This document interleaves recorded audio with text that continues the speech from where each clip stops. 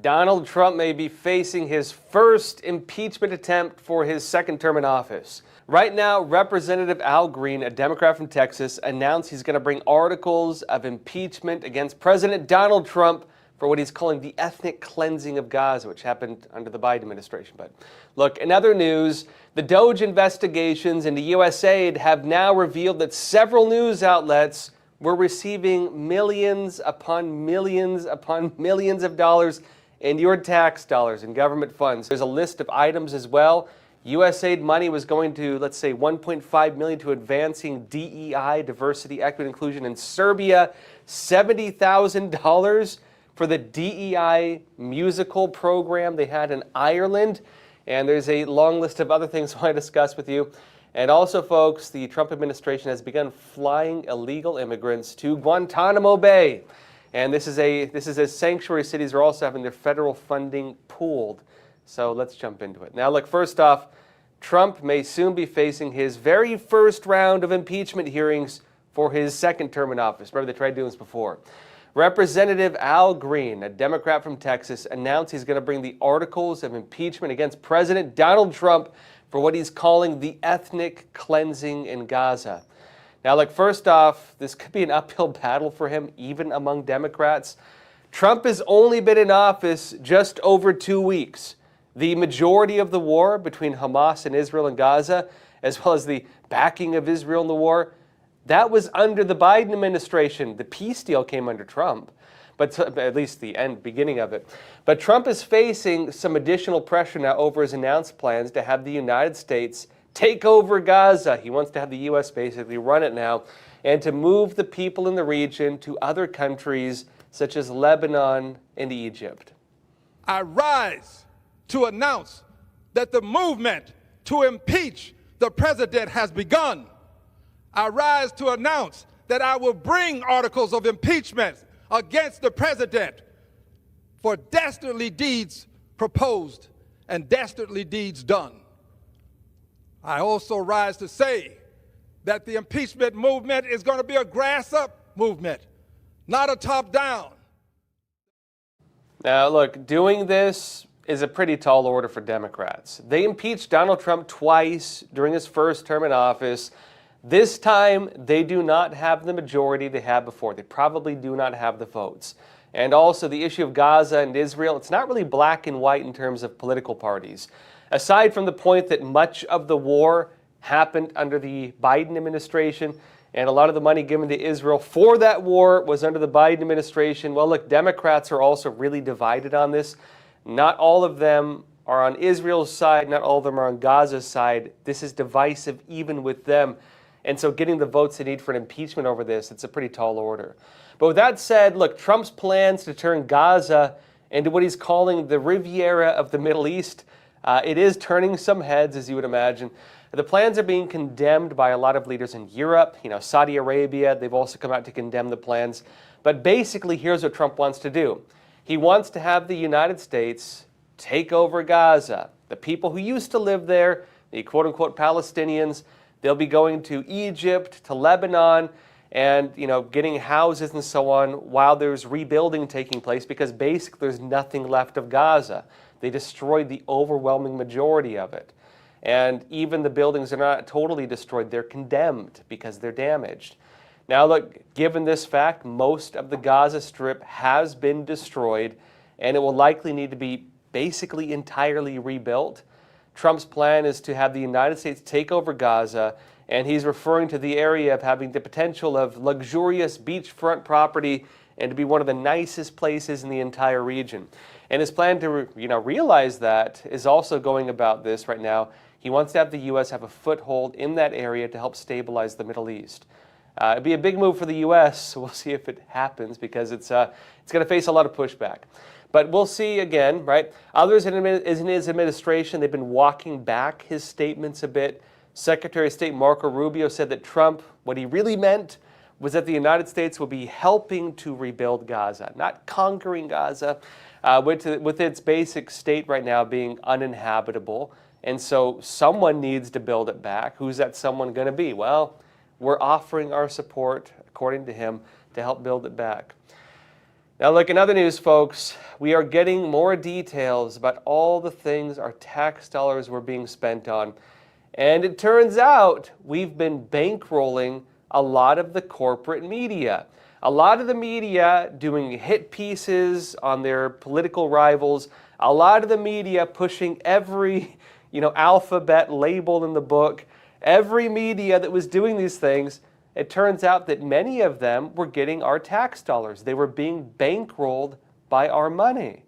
And look, they've been doing all these things while getting paid by us to do it. The DOGE investigations into USAID, they have now revealed that many news outlets were receiving millions of dollars in government funds. The amount to some of them even constitutes the majority of their budgets, like 80% of their budget was coming from our tax dollars. Now this includes government funding that was going to the New York Times, it was going to Politico, it was going to a ridiculously long list of foreign media. And the findings, well, look, they're raising a lot of concerns right now. White House Press Secretary Karoline Leavitt raised this also during Wednesday's briefing. Watch this.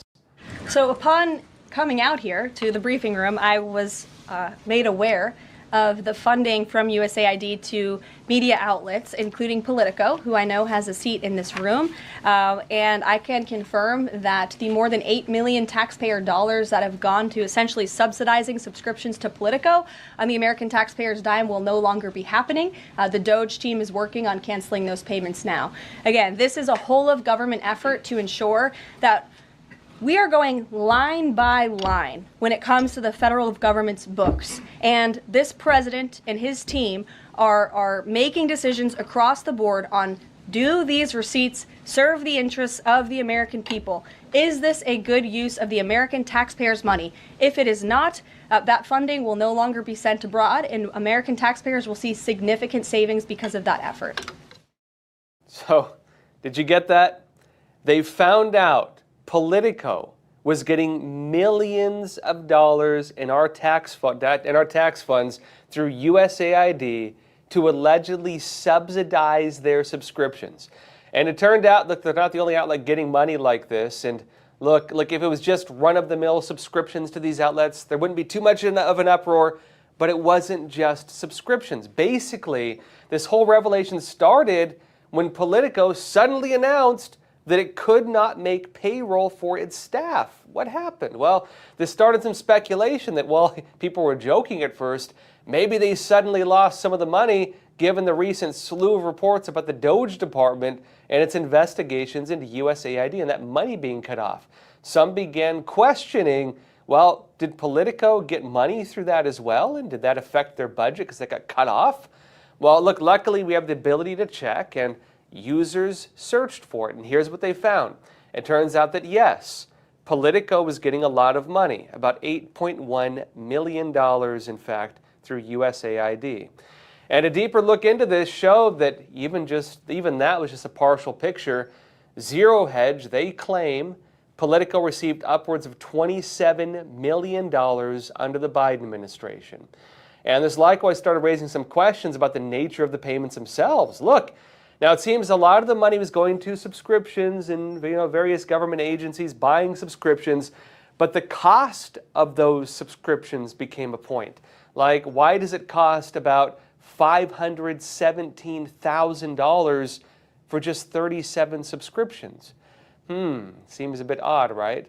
Now, people point to, of course, they have this premier level of subscriber status. But the other question is, did they only do that because they know they get money? That's the other question, right? But after that, people started searching for other news outlets. I wonder who else was getting money. It turns out Reuters was getting about $9.1 million for, quote, active social engineering defense through a Department of Defense contract. Interesting. Now, I looked into that personally. Here's a page on DARPA, which is kind of the R&D branch of the Pentagon, for what that may be, and it says this: the Active Social Engineering Defense ASED program aims to develop the core technology to develop the capability to automatically identify, disrupt, and investigate social engineering attacks, meaning they're trying to fool people. If successful, the USAID technology will do this by actively detecting attacks, intervening in communications between users and potential attackers, and coordinating investigations into the source of the attack. In other words, if you have people trying to influence you, maybe disinformation or something like that, this is something to detect that. And it turned out also the Associated Press was getting a lot of government money. Millions and millions of dollars, in fact. And also the New York Times was getting U.S. government money. Now, I had to look through the data. It looks like it's a couple million. I know some people put it a lot higher. It seems that a lot of it is for news subscriptions. I think some people were confusing the money between New York Times and New York University. But again, there is a lot of money there regardless. And of course, there were other outlets as well, including foreign outlets like the BBC, even in the United Kingdom, getting American taxpayer dollars. And some of the efforts to go after so-called disinformation, it turns out some of those organizations countering disinformation or whatever else, even in the UK, were likewise being bankrolled by your tax dollars. And Zero Hedge also noted that the money to these various outlets also was not just to subscriptions, as some have framed it. It was for things like ad contracts, it was media conferences, it was sponsorships, it was other methods to funnel money into these news organizations. And there was other programs that seemed to have funneled government money through other ways, right? But even just the subscriptions say a lot. It even alleged that the amount of paid government subscriptions to some of these outlets is concerning because, look, it amounts in some cases to a large percentage of some of their subscriber bases. Meaning, look, some of these news outlets are effectively getting propped up by this money. And there's another point to this as well. How do they decide which news outlets they give money to and which ones they do not? Because going through this, it seems that the only ones they're giving money to are on one side of the political aisle. Does this represent a type of state-subsidized partisanship within our government? That they're only paying for subscriptions for one type of news outlet, at least on a broad scale, and then, again, effectively running propaganda through those outlets, showing one side of the political arguments, while the rest goes unheard and struggles to survive while this system works to censor them? How is this happening? And look, folks, I did some more digging. It actually goes a lot deeper than this. And let me show you something. This is Reporters Without Borders. They said this: USAID programs support independent media. Some independent media, we're independent, we didn't get this, right? But support independent media in more than 30 countries, but it is difficult to assess the full extent of the harm done to the global media. They're, of course, defending these outlets from losing their money. They say many organizations are hesitant to draw attention for fear of risking long-term funding or coming under political attacks. According to a USAID fact sheet, which has since been taken offline, they deleted it. In 2023, the agency funded training and support for 6,200 journalists, assisted 707 non-state news outlets, and supported 279 media sector civil society organizations dedicated, it says, to strengthening independent media.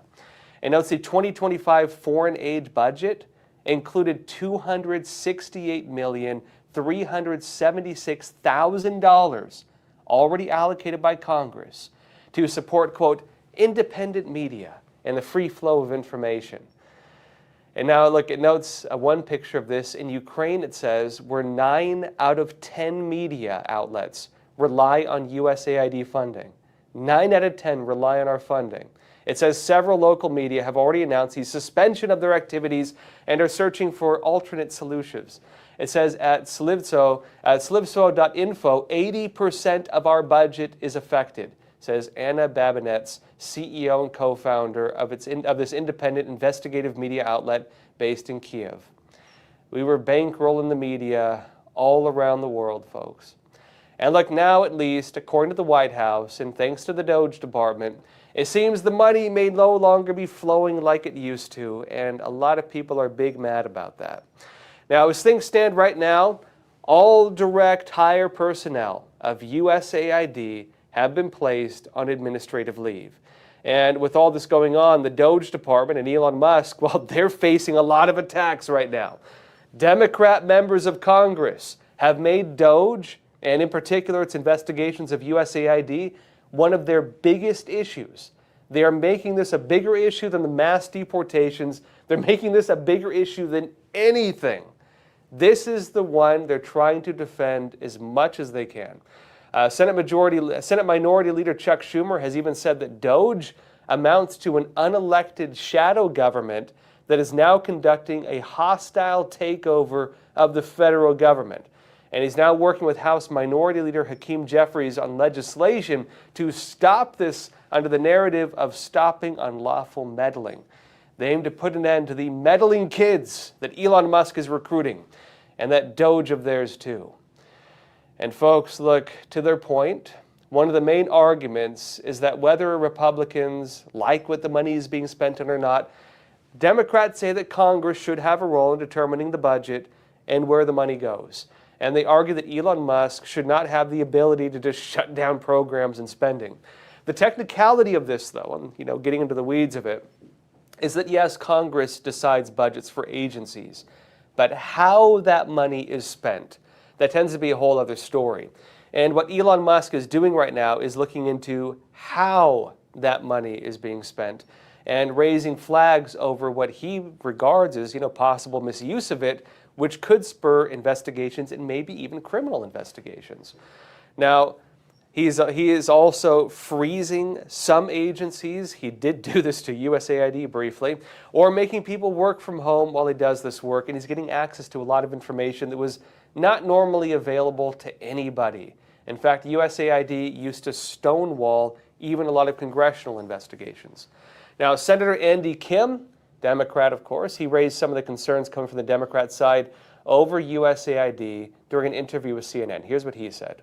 This is about us in this very dangerous very dangerous global environment right now, the most dangerous environment I've ever seen during my lifetime. We deserve to have every tool at our disposal. And we've always had a foreign policy based upon defense, diplomacy, and development. That is something that Ronald Reagan himself was a big supporter of, which is why USAID is in the Reagan building here in D.C., is because it was a bipartisan understanding about having those tools. And we're now seeing that come to an end.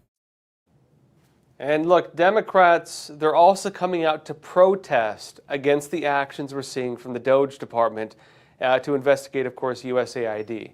This was Senator Ed Markey during protests in Washington, D.C. This is the time when we have to stand up and to fight, to not stand on the sidelines, to have people by the millions are going to have to stand up and protest. When we come back here the next time, there should be hundreds of thousands and millions of people descending on Washington, D.C. As things currently stand, they do not have hundreds of thousands or millions of people protesting. Actually, in terms of the regular protests, it looks like more normal people, they're interested in pushing back against the mass deportations right now. For example, what we're seeing in Los Angeles with the anti-deportation protests, a lot of the grassroots seems to be focused on that. It seems like the interested parties in protesting the investigations of USAID, it's more on the political side. This is more of like an inside baseball type thing, at least in my take. But in terms of the legalities of the DOGE department and the role that Elon Musk is playing, Musk is being defined legally as a government employee, although he's not taking any pay. And the DOGE department is legally not new. Here's how Trump ended up doing it. It wasn't just created through executive order, which is what a lot of people thought he did. It turns out what Trump actually did was he renamed the United States Digital Service as the United States DOGE Service. And then he established it in the executive office of the president. He basically just reorganized an existing office, renamed it, and is using that as his tool for this, meaning it's actually probably legally sound. But back to the point of DOGE and the investigations into USAID, the Trump administration has also responded to the criticisms by exposing what federal funding has actually been spent on. And this counter argument was raised by the White House press secretary during Wednesday's briefing. Watch this. And I would just say a strong message to Democrats who are out there pretending to be outraged about the long list of crap that this administration is cutting, federal waste and funding, like $2 million for sex changes in Guatemala, $6 million to fund tourism in Egypt, $20 million on a new Sesame Street show in Iraq, $4.5 million to combat disinformation in Kazakhstan. I could go on, and I'm happy to provide this list to every single one of you. Democrats are outraged that the American people want to be, they want their taxpayers going to good uses, not stuff like this. But then they're very quiet about the fact that there are still North Carolinians and people in California who have lost everything. And in the last 4 years, this federal government did nothing to help them. This president will continue to put Americans first. And I think the successes of this week so far speak to that. And it's only Wednesday. So I'll see you guys later this week, and we'll see you this afternoon. Thank you very much. Well, that's a crazy amount of things that I personally know I don't want my tax dollars going to. And it doesn't end there. The list just goes on. The White House released a list of examples of wasteful items that USAID money has been going to. Let me just read y'all what it says. This is the White House. It says, quote, "Here are only a few examples of the waste and abuse. $1.5 million to advance diversity, equity, and inclusion in Serbia's workplaces and business communities. $70,000 for production of a DEI musical in Ireland.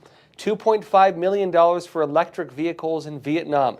$47,000 for a transgender opera in Colombia. $32,000 for a transgender comic book in Peru. $2 million for sex changes and LGBT activism in Guatemala. $6 million to fund tourism in Egypt. Hundreds of thousands of dollars for a nonprofit linked to designated terrorist organizations, even after an inspector general launched an investigation. Millions of dollars to EcoHealth Alliance, which was involved in research at the Wuhan lab, right? Good old COVID. Hundreds of thousands of meals that went to Al-Qaeda affiliated fighters in Syria, funding to print personalized contraceptive birth control devices in developing countries, hundreds of millions of dollars to fund irrigation, canal farming equipment, and even fertilizer used to support the unprecedented poppy cultivation and heroin production in Afghanistan. Got to help those Afghan farmers grow their heroin, right? Benefiting the Taliban, it says. Now, look, I think some of these are a bit ridiculous, personally. A DEI musical in Ireland, a transgender opera in Colombia. The argument coming out is USAID was helping all the starving kids in Africa. It turns out maybe the real argument should be like, well, how can a child in Guatemala know what gender they are without the help of USAID? Aside from that, folks, look, Republicans in Congress, they're also making their positions heard as well. This is Senator John Kennedy speaking on the efforts of Elon Musk. Now, President Trump ran for office saying, I'm going to review every single penny in the federal budget. Now, how are you going to review the spending in the federal budget without reviewing the spending? We'll likely see a lot more on this. Right now, it looks like Musk is just flagging issues for further investigations. All we're seeing right now is the flagging of issues. We're not seeing the actions taking against them. And look, it's already having a big effect. USAID has already, as we speak, been moved under the State Department. And Marco Rubio, the Secretary of State, he is also now the acting director of USAID. And he has said the projects of it going forward, they're going to have to be more in line with the objectives of the State Department and U.S. interests. And look, the investigations, they're not going to stop at USAID. Elon Musk has already moved to investigate the Treasury Department, and he is now investigating the Medicare agency payment system for fraud. He said this, quote, "Yeah, this is where the big money fraud is happening." That's his allegation, at least. And he has now also unveiled his next objective, next in line. Elon Musk is going to audit the IRS, he claims. Now, he made this decision through an online poll, similar to how he made other public decisions, and he asked this. He said, quote, "Would you like DOGE to audit the IRS?" And the response to that came back overwhelmingly as yes or big yes, with only 8.2% saying they do not want an audit of the IRS. Maybe that was the IRS employees, right? And look, in response to the poll, Musk wrote this, "Vox populi, vox Dei." That's a Latin phrase meaning the voice of the people is the voice of God, suggesting he's going to do it. He's going to move forward with this. Look, a lot more to come, folks. Get ready for it. It seems in other news, though, Donald Trump was not joking when he announced plans to begin sending illegal immigrants to Guantanamo Bay. He's now doing it. I'll be talking more about this after we come back from a quick break. We'll be back in less than 1 minute, so stay tuned. Experts agree. One of the best ways to protect against financial uncertainty is to diversify your portfolio. Learn how physical gold and silver can secure your retirement funds from today's economic challenges. With a gold IRA from American Hartford Gold, you can safeguard your wealth with no penalties or taxes when you transfer your current qualifying retirement accounts. Call now and our precious metals specialists will send you a free information kit, no cost or obligation. American Hartford Gold, a trusted industry leader with an A+ from the Better Business Bureau, has a 5-star rating from thousands of happy clients. Whether you are getting physical precious metals in a gold IRA or delivered to your doorstep, we offer only the highest quality gold and silver. For your peace of mind, we also offer a no-fee buyback commitment, a low price guarantee, along with free shipping and free insurance. So don't wait. Call the number on your screen today and secure your financial future.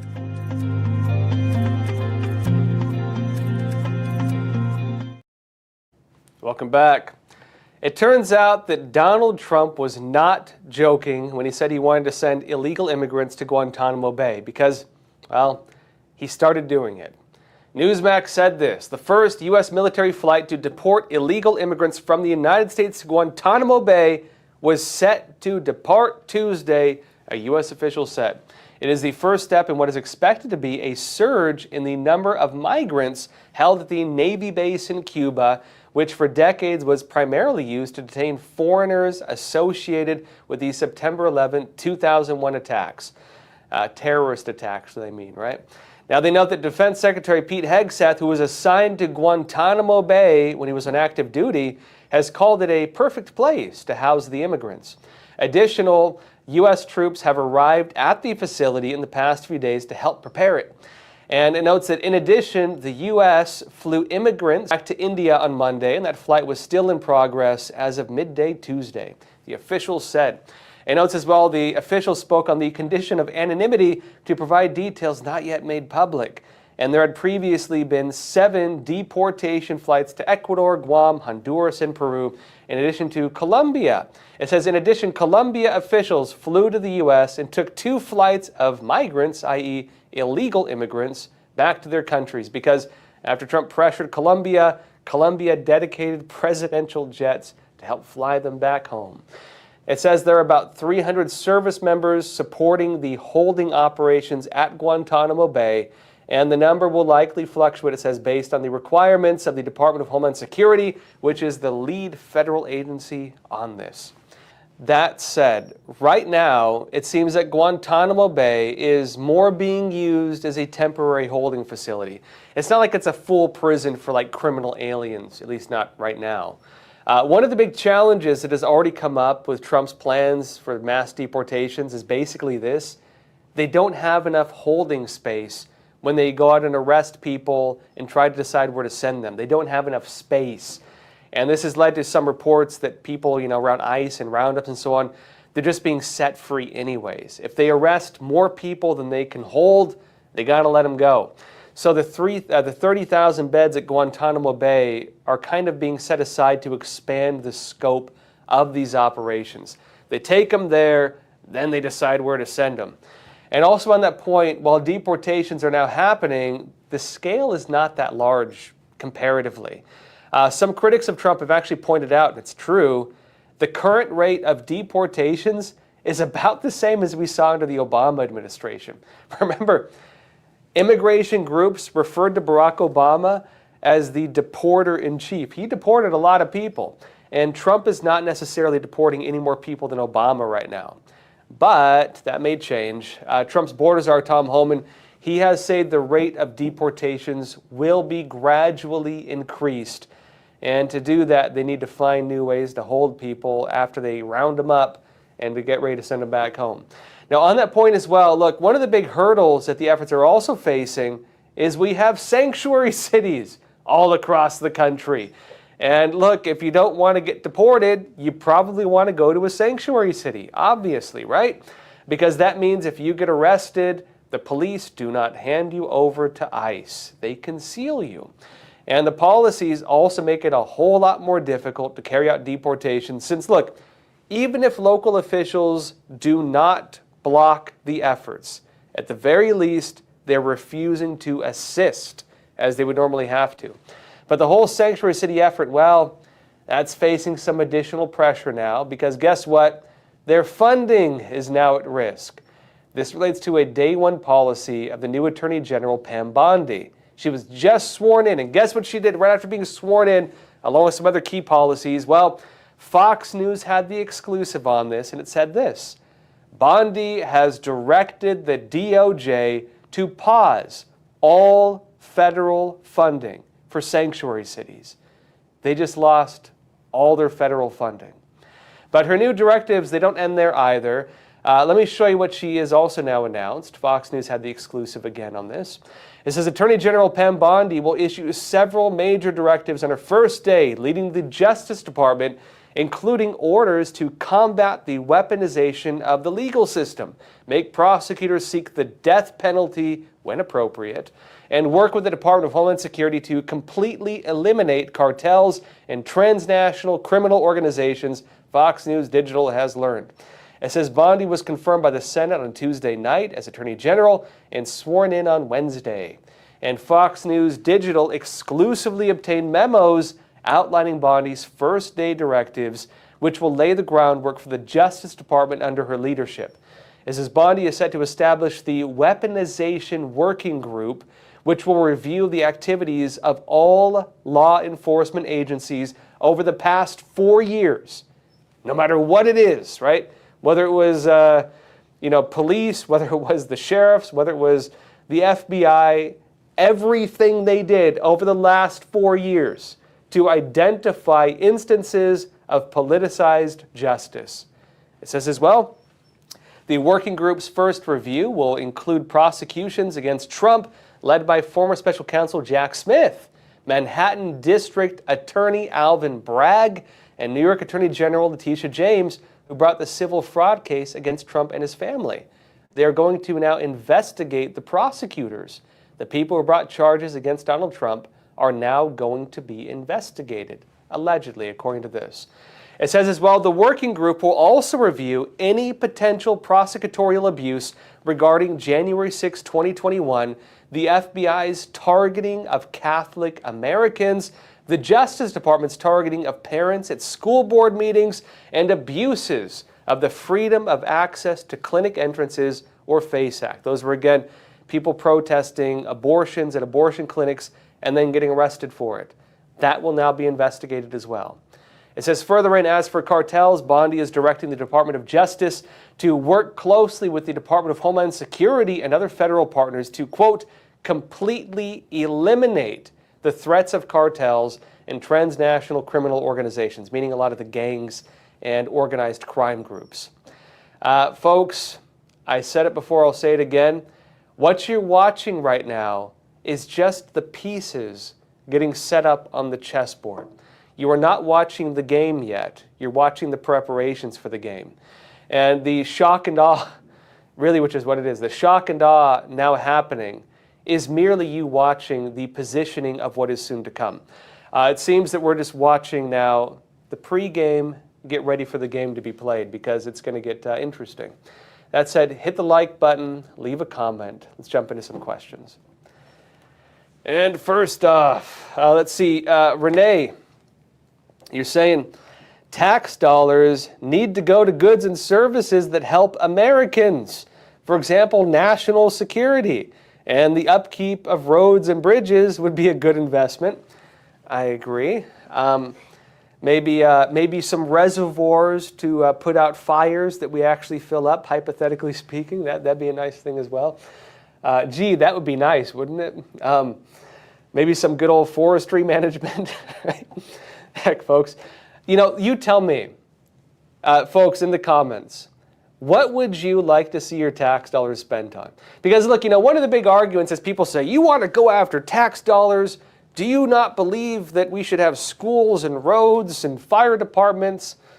Well, it's a stupid argument because, socialism, those things existed before socialism. You know what I mean? It's not socialism to fund basic services. But you tell me, folks, if we lived in the ideal society, what would that look like to you?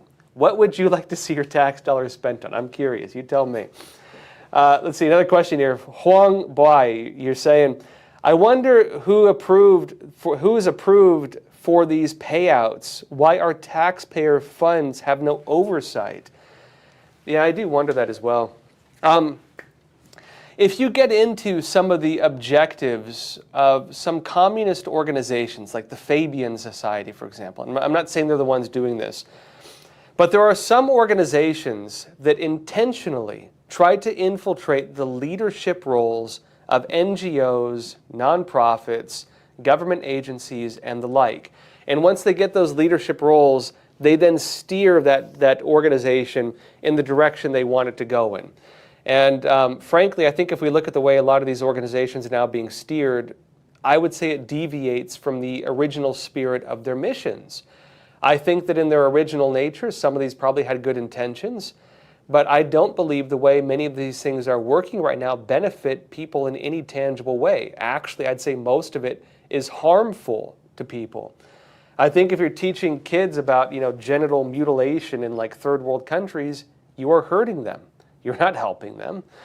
You're not benefiting the world by trying to destroy traditional values. You're not benefiting the world by using our tax dollars to bankroll really extreme far left movements. No, that's not what you should be doing, at least in my opinion. I really think that government funding should have some kind of strings attached, not to control you, but to make sure you don't misuse it. You need to do things that are in line in a kind of nonpartisan way, I believe. Just like you would have to do if if you get government money, there are some strings attached. You usually can't violate the Constitution, right? And so there should be some requirements on basic responsibility or some oversight of these organizations to make sure they're not misusing the funds in politically partisan ways. Because the concern we have is this. This is the concern, right?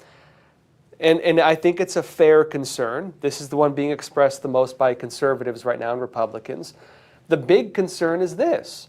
They're saying, look, all the money, it seems, are going to really far left agendas. They're going to organizations that were bankrolling, and like the Tides Foundation, for example, they were getting money.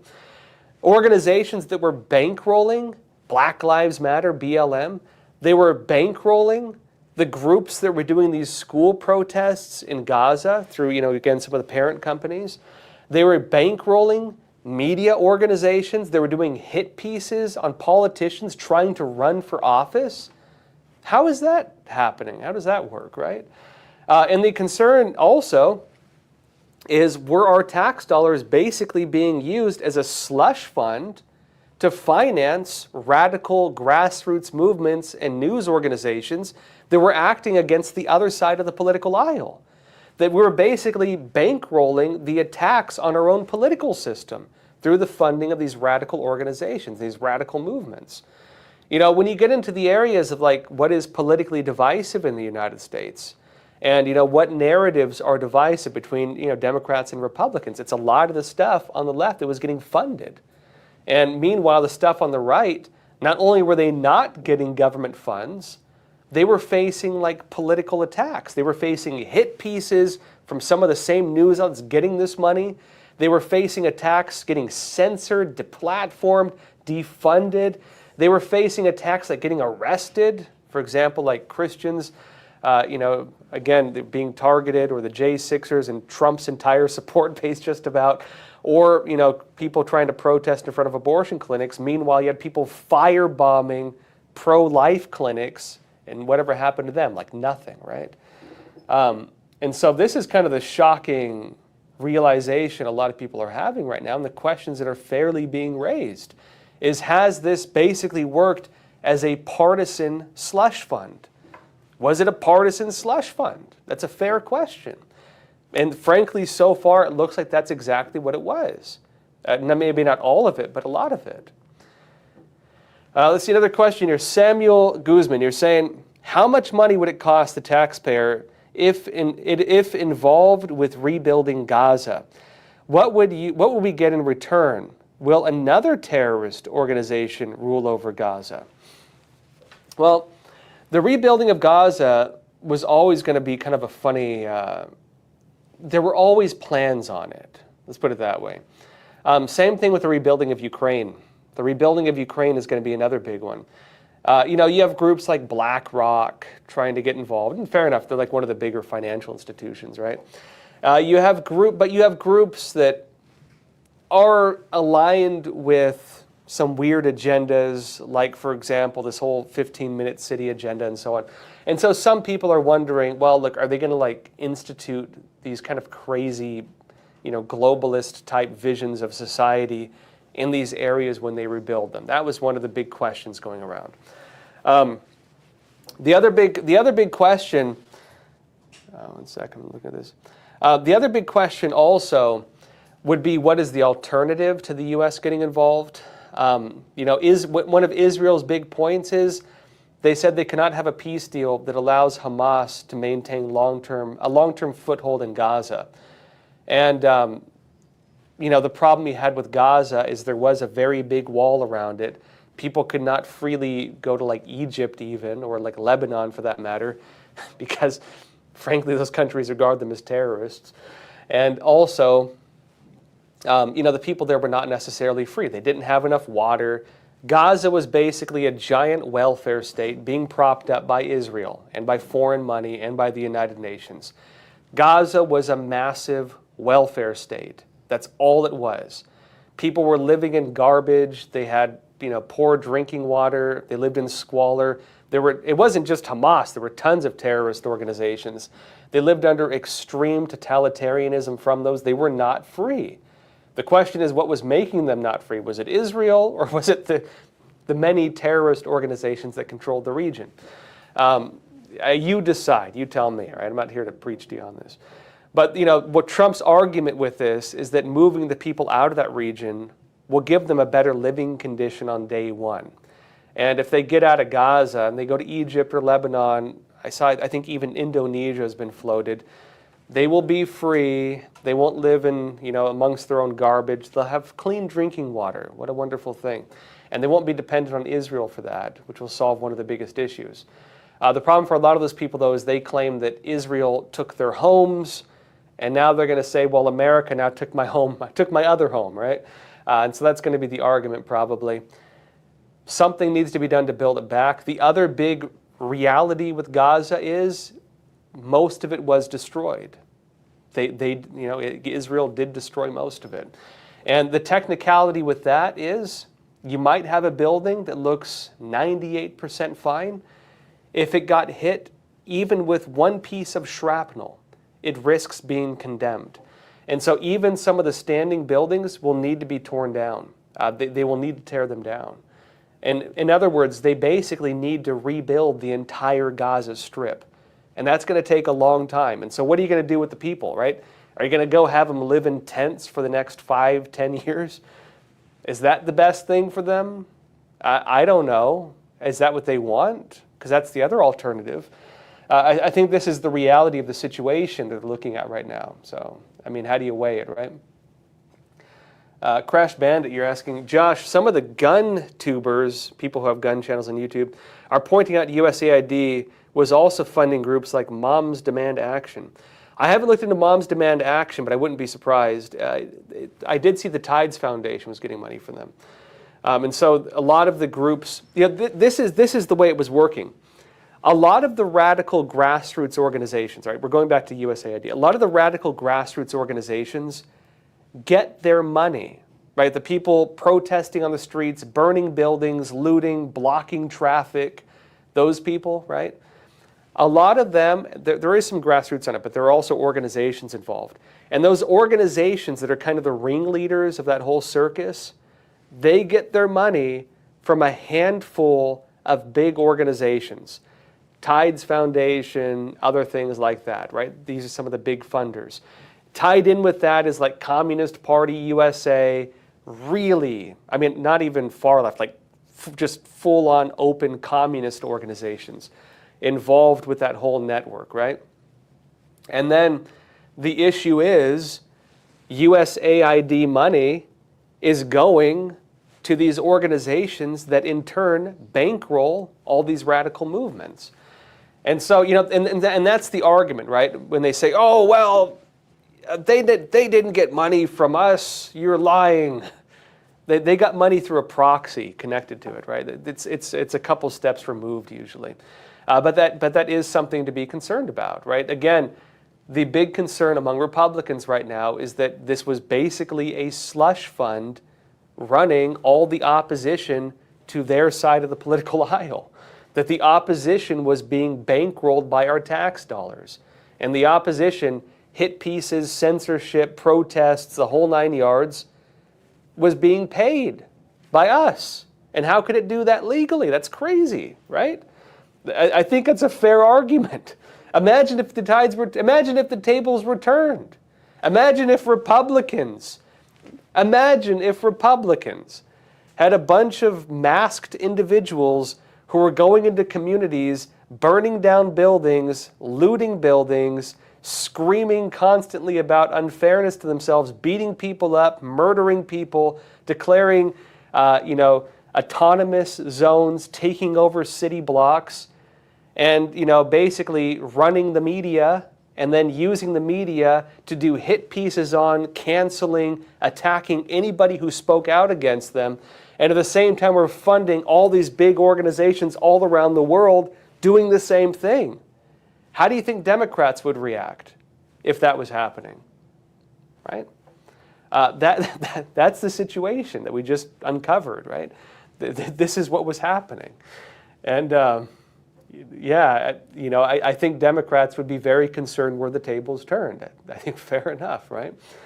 Let's see here, another question. Samuel Guzman, you're saying, how much money would it cost the taxpayer if involved? Oh, sorry, I asked that question. B. Williams, you're saying, B. Williams, you're saying, Americans first. We need to rebuild our own country. We have many places in the U.S. that look like a third world country. Yeah, and that's what the press secretary was saying just the other day, right? When she was asked about this. She's like, why are we funding like gender programs in like Guatemala? Why are we why are we funding Sesame Street in Iraq? Why are we buying condoms for the Taliban and paying for their farming equipment to grow opium? We're buying the opium farming equipment for a terrorist organization. Why are we doing that instead of helping Maui rebuild, right? When the houses are still not built back from the fires in Lahaina, right? Why are we not helping North Carolina rebuild? Why are we not putting the money towards maybe making sure that people in Los Angeles are not homeless for now they've lost all their homes to the fires?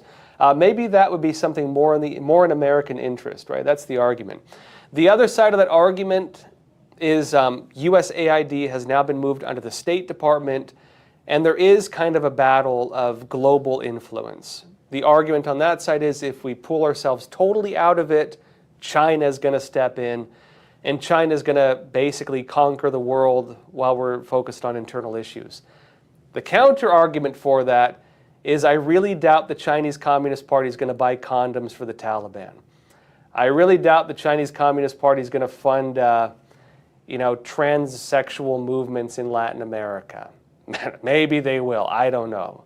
What the CCP is doing is the Belt and Road Initiative. They're building infrastructure, and they're getting the countries involved in debt traps, and they're basically subjugating countries with debt traps. That's what the CCP is doing. And so if the U.S. actually wants to push back against CCP influence, you don't do it through the stuff we've been doing.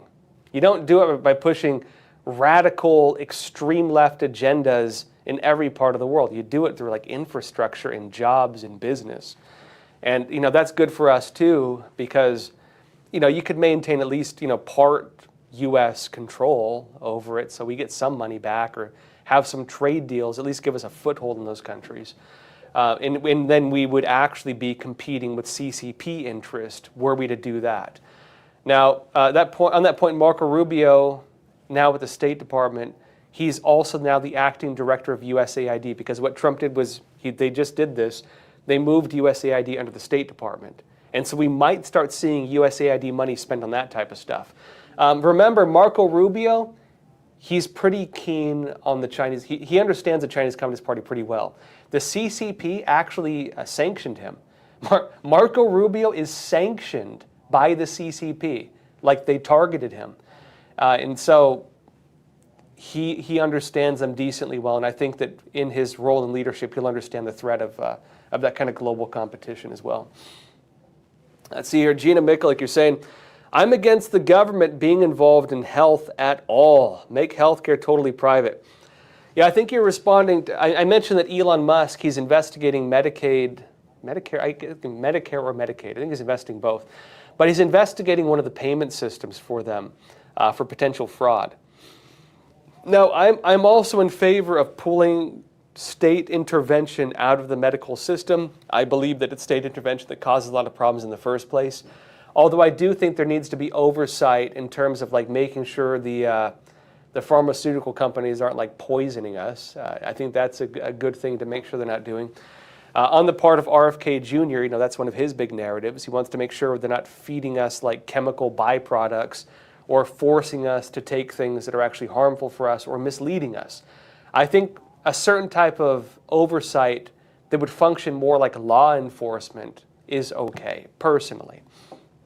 But I also believe that the process is to slow down the release of medications, a lot of experimental medications. I personally believe that if you really want to try it, even if it may harm you, you may be warned, but hey, it's your life, do what you want with it. And remember Trump's first term in office, he actually did that. He made it so Americans could use like experimental procedures and stuff if you so choose, although they might warn you about it.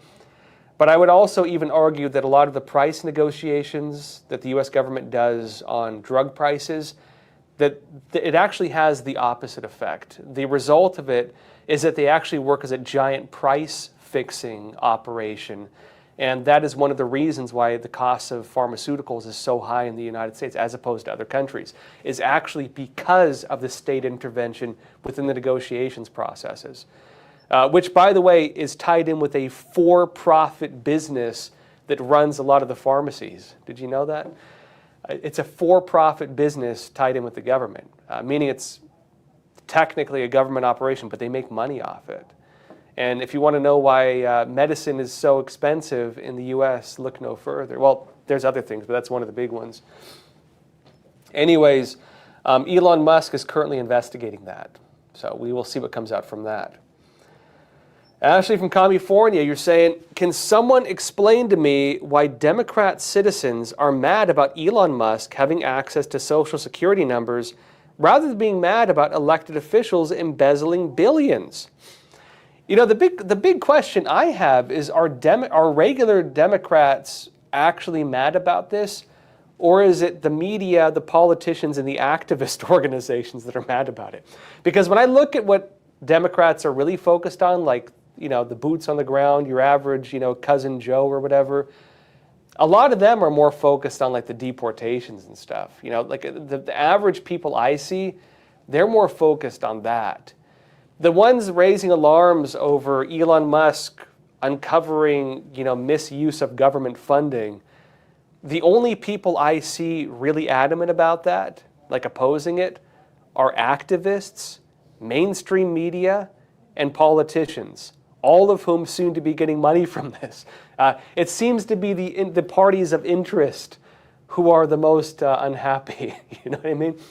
On that point as well, even as journalists, if a journalist is involved in something, if you're getting paid on the side for something, if you have a cousin even who works in a certain business and you begin criticizing or praising it, you oftentimes have to disclose it because you call that a conflict of interest. If you have these journalists whose media organizations are literally being funded by the very organization that they're now reporting on, and they're going against the investigation into the funding that personally benefits them, you would call that a conflict of interest. They would need to disclose it if they wanted to be like responsible journalists. And so the fact that they're not talking like that is a bit concerning, at least to me. You know what I mean? I with myself, I think I have one gold ad. They're great, by the way. Maybe I'm just your humble gold merchant. I don't know, but maybe if I talk about the gold market, I need to disclose it. I do have an advertiser for that, but but if you're getting bankrolled by the government agency and the government agency is under attack, and you're trying to say that they should not investigate where the money's going because you're getting the money, that might make some problems for you. And I would say that there seems to be a lot of personal interest involved in the way that some people are raising concerns right now. Which is what Elon Musk repeatedly says to them. He keeps telling people, and his words, not mine, and not the exact words, but he keeps telling people basically, you're only criticizing this because you're corrupt, because I'm investigating your corruption. That's what Elon Musk has been basically saying to everybody. And to be fair, just to be balanced, the Democrats, their side is money is allocated by Congress. Who is Elon Musk to be the one, basically changing how they spend money, right? That's the allegation. So you see more butts. You're saying, Josh, do you agree that one good thing that will come out from this is that it reveals those who want to cover it up? That's one way to look at it. I think a lot more good things have come out from that, but that is one way to look at it. And we'll see. I think that will resonate more with Republicans than it will Democrats. Because, what they're saying right now is basically, starving kids in Africa aren't going to get money now. I know Bernie Sanders was writing something like this, for example. And then, the counter argument is, well, people are actually seeing what their money was being spent on now. And so maybe for the average person witnessing this, for the average person, if they do at least some of their own due diligence, and they're like, why is my money being spent on gender changes in Latin America? I can see the money's being spent on gender changes in Latin America and opium groves for the Taliban. But the media and these politicians are telling me the money is going to starving children in Africa, but I don't see any money being given to starving children in Africa. There's that moment where the two electrodes touch, and like that movie, like that movie Space Odyssey. The tower rises above the apes, and suddenly they realize something.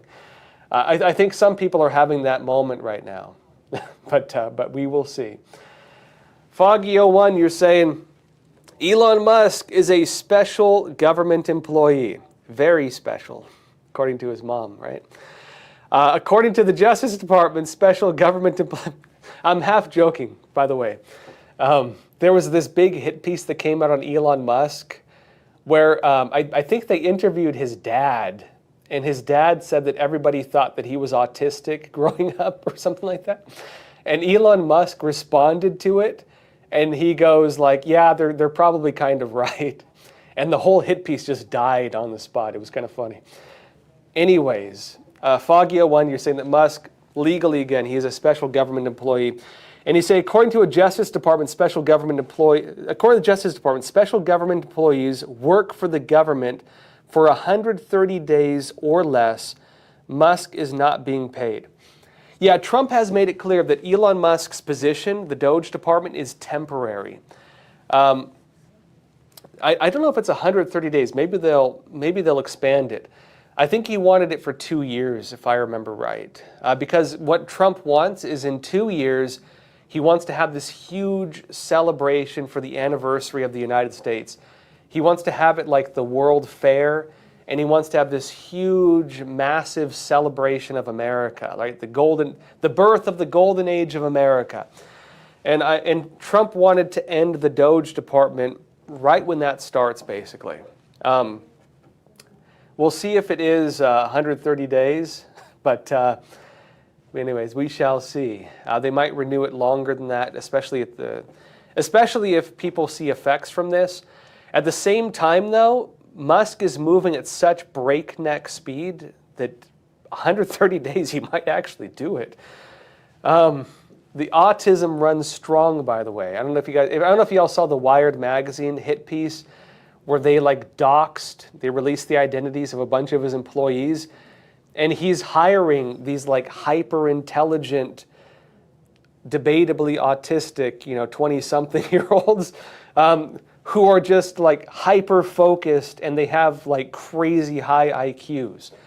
He's hiring these mega geniuses who work they work all through the weekend, they sleep in the office, and they just wake up and investigate, government spending. That's his team. He has a small handful of people like this that I don't know how he even found these people, and they're the ones doing the footwork for him right now. And they're moving at ridiculous speeds in terms of what they're carrying out right now. It's pretty incredible. Now, again, that said, what we're watching right now is merely the revealing, the investigations, and the challenges to the claims. That's going to be the next stage. And so you're watching things just get flagged right now, right? They're putting up flags. This looks fishy, this looks fishy, this looks fishy. The next stage, when actual investigations come in, should we be spending money on this? Is this legal? Is this corruption? That's stage 2. And it seems that Trump is already prepping that. In fact, he has in public statements, as I think I showed you yesterday, Trump has said that he wants to investigate possible kickbacks, that if this really is, USAID in this case, is a slush fund, he wants to investigate it for potential crimes. Now, folks, let me know what you think. Am I off here? Do you agree with me? Do you disagree with me? Am I missing something? Let me know in the comments. I do appreciate your feedback, and I do read it. So let me know in the comments, what do you think? Also, what do you think? I don't know. Do you think DOGE should be more permanent? Do you think he needs more than 120 days or 130 days? Should it go longer? Should we always have DOGE? I don't know. It's not a big department, technically. And also, what do you think of what do you think is going to happen after Trump? With this whole move for government efficiency, what do you think is going to happen afterwards? Do you think it's going to carry on like this? Do you think the problems that are being exposed will just come right back? You tell me. Tell me in the comments, folks. That said, thank you so much. Join me tomorrow, 10:30 a.m. Eastern Time. Please share this episode. Help us get the word out. Give us a like as well. It helps us. And as always, folks, please take care of yourselves, stay informed, and stay free. Thank you.